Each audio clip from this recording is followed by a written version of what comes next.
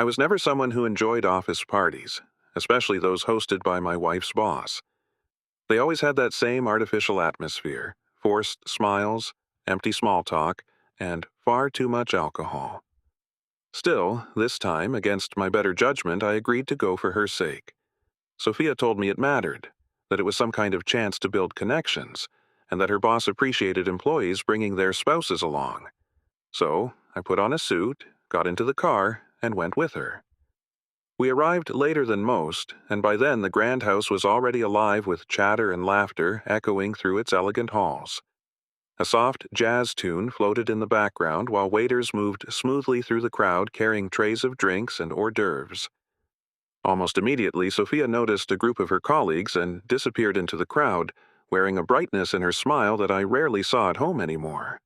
That left me standing alone near the buffet, clutching a glass of wine. I tried my best not to look out of place. A few polite nods came my way, but no one stayed to talk. I simply wasn't part of their world. Not really. Across the room, I noticed Sophia laughing at something her boss, Mr. Langford, had just said. She looked relaxed, lively, and completely at ease within her circle. Meanwhile, I checked the time on my phone every few minutes, quietly wondering when it would be acceptable to leave. After about an hour, I decided I had endured enough. I quickly typed a message to Sophia, telling her I would grab a cab and wait outside. There was no response.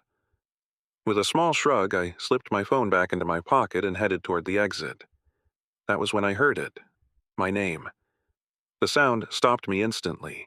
It came from a slightly ajar door along the hallway. I wasn't the kind of person to snoop, but something pulled me toward it.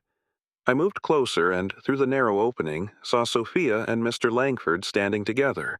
They were completely absorbed in conversation, too distracted to notice me. My chest tightened as her words drifted through the gap. He has no idea. I could lie to him all day and he'd never figure it out. It's almost too easy, she said with a quiet laugh. Langford smirked at her and leaned closer. You really are good at it. He doesn't suspect anything at all. Not a thing, Sophia replied smoothly, taking another sip from her glass. He thinks I'm just tired or stressed from work. Every subtle glance, every fleeting touch between her and Langford suddenly became clear, painfully obvious. Things I might never have noticed before now stood out like bright warning signs. Back home, she slipped easily into conversation, joking about her coworkers and talking about how boring some of them were. She seemed completely comfortable, as if nothing had happened. I nodded and played along, pretending I hadn't heard her betrayal spoken aloud only hours earlier. But that night, I couldn't sleep. I lay awake, staring at the ceiling while questions twisted through my mind. How much of our marriage had actually been real? Did she ever truly love me? Or had I simply been the safe, dependable choice until someone more exciting came along? By morning, I knew exactly what I had to do. Confronting her without proof would only give her a chance to deny everything, twist the truth, or manipulate me. So, I began gathering evidence quietly and carefully.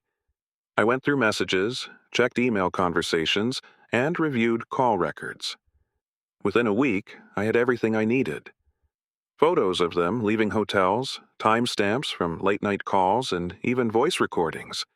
Enough not only to end our marriage, but to destroy both of their reputations if I decided to.